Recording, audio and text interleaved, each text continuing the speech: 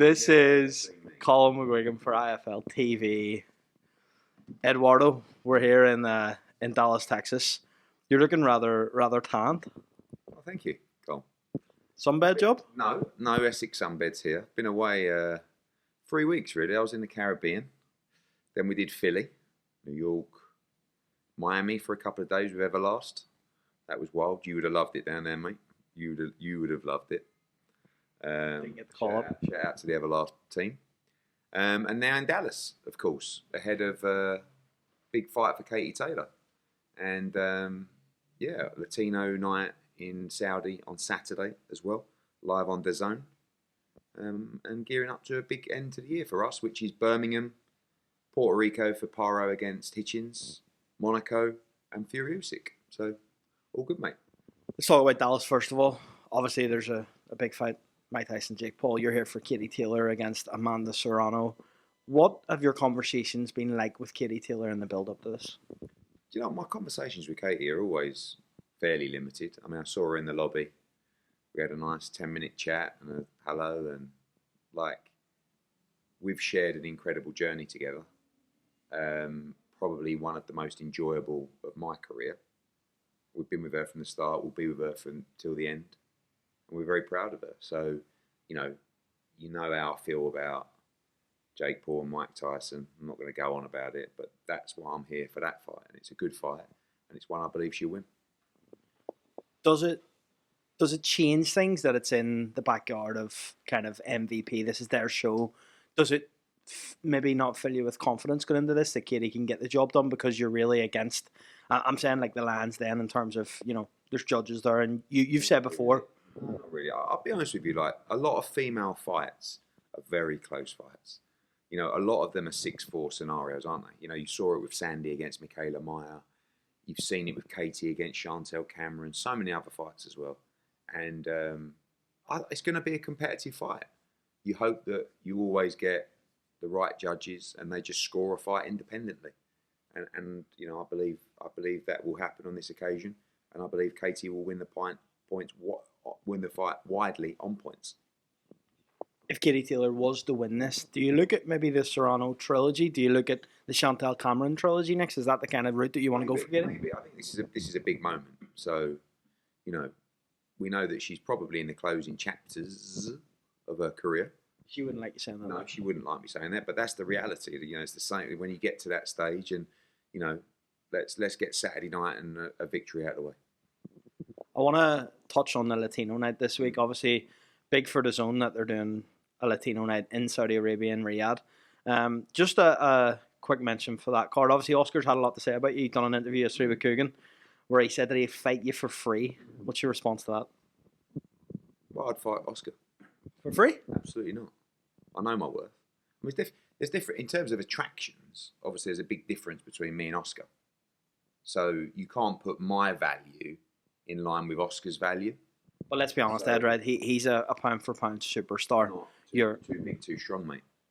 If he hit you one body shot, I reckon you'd cripple. Doesn't matter. I would destroy him in a fight. Do you truly believe that, or are you just acting for the cameras there? Too big, too strong. Pay me the money and you'll see. How much would that figure need to be from Turkey for you to fight Oscar De La Hoya? And in all seriousness, just the number that represents the unbelievable pay-per-view revenue that it would generate. But he needs. What would it do pay-per-view wise? Oh, well over $1 million bucks. Well over $1 million bucks. But also, he said he needs 2 months for me. I need 2 days. That's it. 2 days. If you told me today, we could fight on Saturday. Not a problem. So I don't know where this 2 months comes from. I mean, that surprised me, to be honest with you. But he's obviously heard. But do you not think he's just about Eddie Hills, Billericay Iceman, 4-0 by way of. So, what can I say? Running scared. It's like, start making excuses. Oh, I need 2 months. Well, what's that all about? He actually is taking you serious because he says 2 months though. And I know you're joking, right, no. But I think your balls would drop if Oscar actually, if you got a phone call from Turkey and he said, Eddie. I honestly don't think you would. Come on. I'm all about challenges. Do you know how much I would love to do a 12-week camp or 8-week camp and have for Oscar De La Hoya though? Anyone. It's a completely different challenge. It's different if I said to you Ben Shalom though, right? Because I'll that's do that for a quid because I know I'd win that. But like Oscar, like jokes aside or my sarcasm aside that most people wouldn't even get, obviously, that's a fight that I might need 4 or 5 to get him out of there, to be honest with you. So it would be a tougher fight, a tougher assignment, you know. Could you imagine the likes of Simon Jordan around the ring that night on Talksport, just watching you get battered by Oscar De La Hoya? That's why I deserve that kind of money, because everyone would love to see it, and everyone would tune in to watch me get smashed to pieces. Imagine how gutted they would be when I just lean on him, start walking him down, beating him up a little bit, using my size, reach, jab. How do you prepare for him though? Like who do you bring in sparring wise? Don't need to prepare for it. You bring in Shalom for a few weeks sparring? I've watched Oscar over the years. Know how to beat him. Too big, too strong. Talk to me about the camp though. Like if you're going to be serious and you're going to do this, and we are going to tag Turkey in this video and say let's see the numbers for Eddie against Oscar. Who do you bring in to spar, Ed? To spar? Yeah. Probably use some of my existing. I mean, what's Oscar gonna? The problem is the weight. So, you know, we've got to talk about this weight. I mean, I reckon he's probably like 170 pounds at the moment. I'm 240. That's a slight problem. So at the moment, I've probably got 70 pounds on him. But that's okay because he's got this unbelievable resume. And outside of being an amateur standout, I haven't done too much. So I would say that's fair. 70 pounds is the weight advantage I'm going to have on him. So I would need speed because that's what's going to be most difficult for me. Lighter man in Oscar. Obviously, when you talk about a fight of this magnitude, everybody's got different qualities. Yeah, Oscar, good combination puncher. Me, one punch knockout power. Great jab. Underrated defense. It worries me that you're actually being serious. You're not even joking, I can tell. You'll see. You really genuinely, like, not all jokes aside, you would fight Oscar De La Hoya. If you got paid maybe like, I think you'd be worth maybe 2-3 million. Well, it'd certainly be a lot more than that, but yes, I would do it. Just touching on the Latino fight now, what's your pick of the bunch in terms of that fight card? Do you think that Chris Smith against Zerdo really going to live the expectations? Yeah, I think it's a really good fight. I was actually, I saw the press conference head-to-head yesterday, just sizing them up. I listened to Shane McGuigan commenting, I think, on Malik Scott's stuff, and he's right. Bellew Smith is the much bigger man. Don't forget Zerdo's come up from 168 initially. He was world champion at 168 to 75, now to cruiserweight. I mean, his body's changed a lot over the years, but he's not really a big natural cruiserweight. Skill-wise, I think he's on another level to Chris Bellew Smith. But Chris is very strong, very game, and he's a big lump. So I don't write him off in that fight, but I do think Zerdo is the favourite. It's a really good fight. Obviously, we want the winner for upper tire. Ramirez against Barboza is a fight that we really want the winner, for Jack Catchell to face, potentially for the WBO world title. See what happens with Teofimo. Yeah, good fights on the card, but the main event's a really good fight. Do you see Teofimo down in Miami? Do you have any discussions with him? He was at the event I was at, the Everlast event, but he was commentating. Do you not get to speak in there? No, he was in the booth with Paulie Malignaggi and Jarrell Miller, weirdly. So it's a weird combination of 3 people that don't really like you. Jarrell Miller, we had a chat. But yeah, I don't know what Teofimo's going to do next. Obviously, Tevin Farmer's had some words about you today. He said that he feels disrespected, that his name hasn't been in the conversation for Cepeda. He said that obviously he thinks he's going to win this weekend and he would fight Shakur next, but he feels like everyone's overlooking him and just talking about Cepeda and Shakur. I like Tevin. I think he's a really nice bloke. I think he's definitely skillful. I don't think he beat Cepeda. I mean, he just lost last fight, didn't he? Yeah. To Mutalaga or whatever his name. Who? Murataya. So we'll see. I think he's clever enough to cause Cepeda some problems, but I don't think he beats him. I want to ask your opinion on last weekend, Philadelphia. Boots got the win. It wasn't in the best fashion. Probably not what you wanted to see from Boots. There's been a lot of criticism of Bozy in the corner. Have you had a chance to watch the fight back? No, I haven't. I mean, I think a lot of the time at that level, and by the way, I actually think Chidazian's a good fighter. I think he's massively underrated. But the first fight wasn't very good. So Boots went into that fight really knowing and hoping that he would look good in that fight. So he's taking too many chances. He's not really switched on. He's making mistakes. And he certainly can't afford to do that against the likes of Ortiz particularly, or even Norman, Stanionis, Barrios, those kind of guys. I just feel like when he's facing those guys, you'll see a completely different performance. So I would have much preferred a performance where I could stand in the ring and scream and shout, this is a pound for pound great. Everyone knows Boots is a great fighter. And I think it's going to open the door. I mean, you've seen Oscar chirping up about the Ortiz fight. It's a perfect fight for us, style-wise. Perfect. So we would love that fight. And, you know, I think it might make it a little bit easier to match Boots now. You've seen Connor Benn there, and obviously Boots and Connor Benn's also a big fight. You've been with Connor in Miami. You went out for dinner. I think he kind of suggested that you were close to agreeing a fight. Is that fight likely to be Eubank over Boots? I think Connor wants to win world titles. You know, you've got the IBF situation. You've got Barrios, who fights Friday. You've got Stanionis. You've got Norman. They're all accessible guys. It's a very tough decision because the Eubank fight is the fight. It's the legacy fight. It's the British mega fight. Probably the biggest fight in British boxing outside of Fury against AJ. Well, it is. Does huge numbers, give him a huge payday, and he really wants to smash Eubank to bits. So it's just having the conversations which we had with, you know, Connor, with Lee, with Keith Connolly, and you know, we've got fights locked in if we need them, but we will explore the Eubank fight. We have to, because I wouldn't be doing my job if we didn't. You know, a fight of that magnitude for that kind of money, we've got to look at it. Ben Shalom said today that they're prepared to make an offer for that fight. Do you think that you, obviously all your differences aside, can sit down with Ben Shalom and try and make this? I couldn't care less if it was Ben Shalom or Betty Shalom or Colm McGuigan. I don't give a fuck who we work with. It's not. I don't care. You've seen this week with Taylor against Serrano. I'm working with a guy who I have a defamation case against, right? Who says whatever he's going to say about. I don't care. It's about opportunities for the fighters.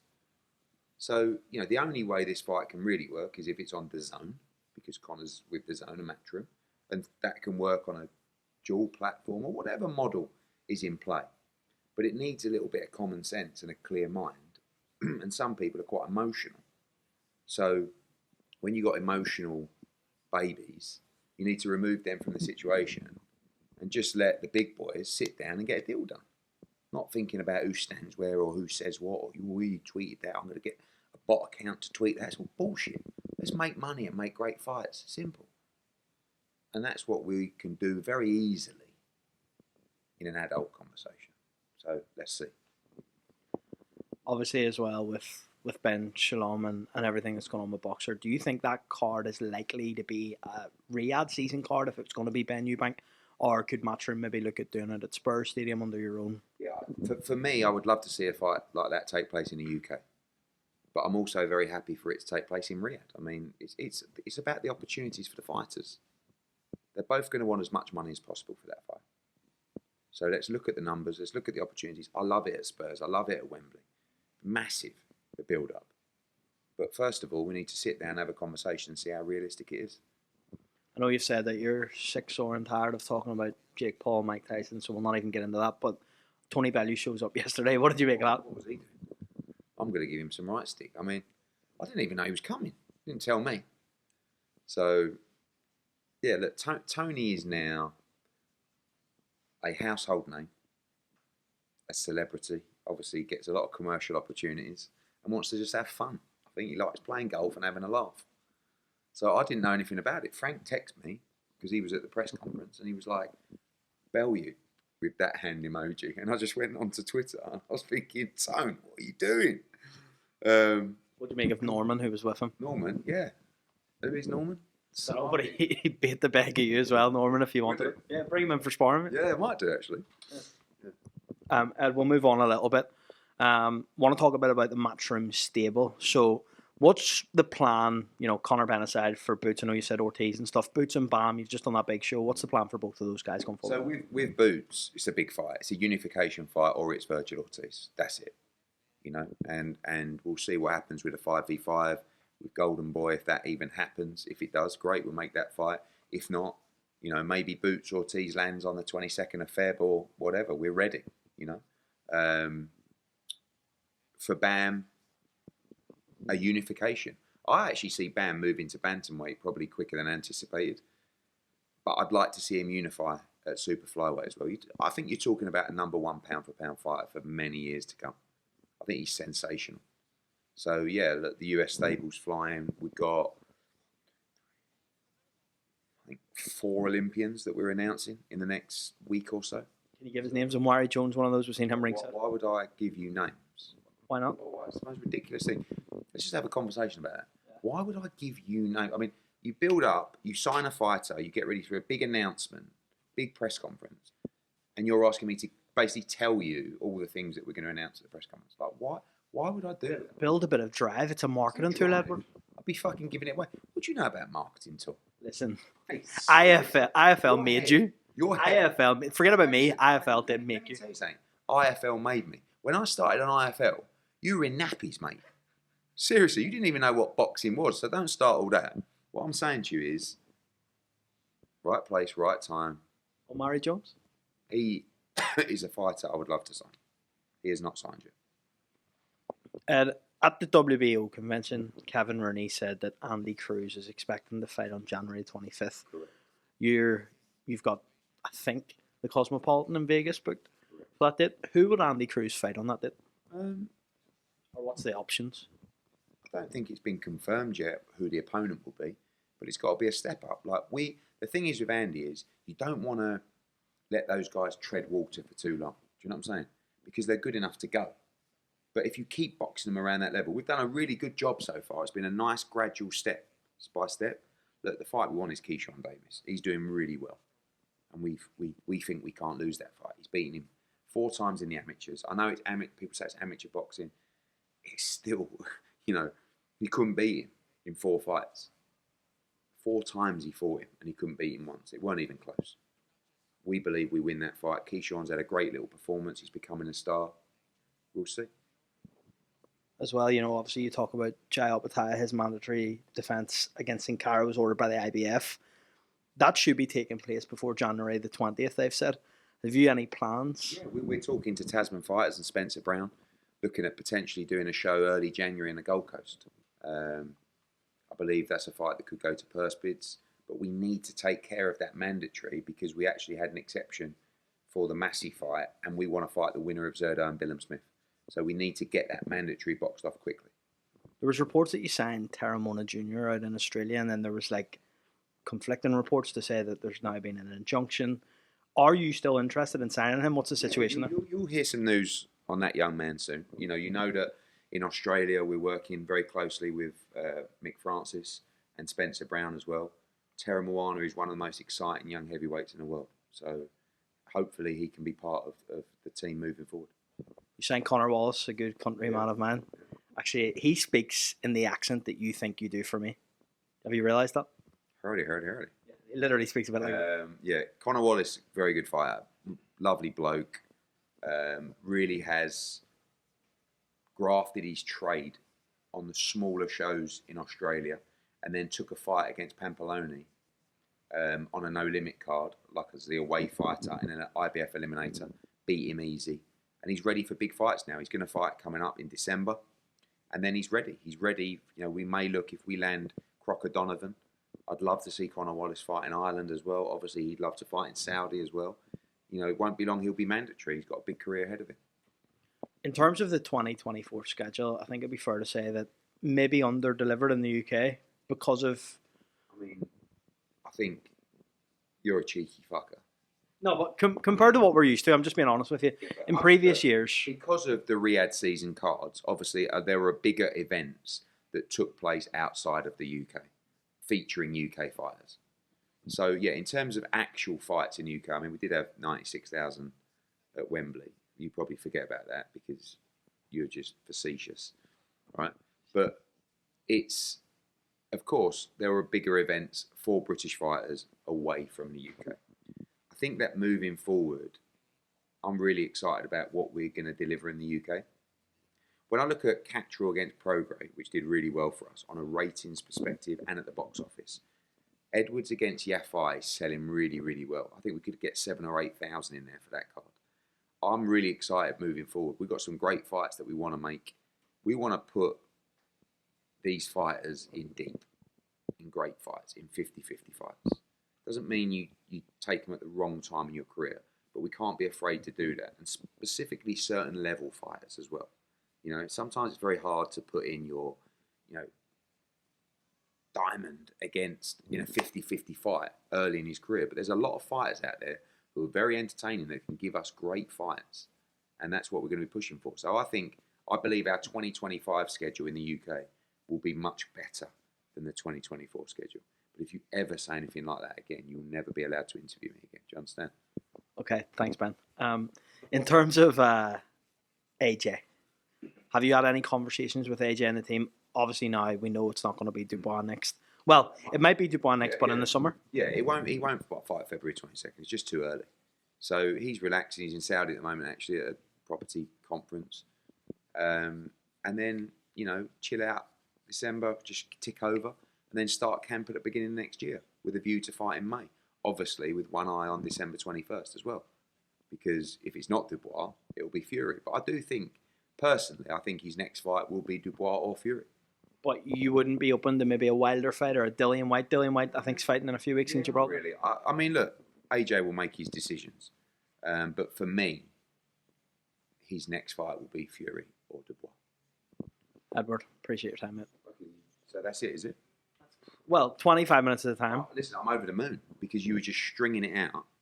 Like, you keep going on about, our numbers are so much better when you sit down for longer. They are. Where do you see the numbers this does? To be fair, did you see my Patrick David Bet podcast? I haven't seen it yet. Is it out? Huge. What's the numbers like? I think it's already done 300,000. How many of those people actually know who you are? Or are they there for him? That's the whole point, Colm. This is where you... Marketing genius. No, exactly. I mean, you are like... It's like, you know, for me... Do you know what we should do? Or do you want to do, actually... I think the conversations if I was a marketing lecturer, which I would be unbelievable at as well, by the way, the conversations, the level of conversations I have with you is the same conversation level that I would expect from an 8-year-old in a marketing class, right? And this is what you just said there. How many people know who you are on the Patrick Day? Like, that's the whole fucking point, isn't it? I mean, I do these every day, and everyone that tunes in, it's like, oh, here's Eddie again, sitting down with COLM. Eddie sitting down with COLM. And I do that, probably end up doing, I don't know, well over 1 million. Do you reckon? Yeah, all potentially like a new audience in America. Well, actually, what we should do is we should walk down the street in Dallas, and we'll take a tally of how many people know who you are, because you're so inconsiderate in the UK, or in the US. No one knows who you are over here, so I agree with you.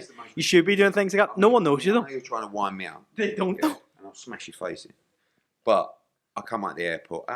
You're joking. No one in the airport today knew who you were. Absolute rubbish. Firstly, you weren't even on my flight. Okay. Did anyone? Yes, I'll tell you what happened. I pulled up at the airport in Miami. As I got out of the car, a geezer called Julio comes over to me, who works on a thing. He says, "Can I check you in?" I checked in my base. I love what you do for boxing. Took me to the front of security.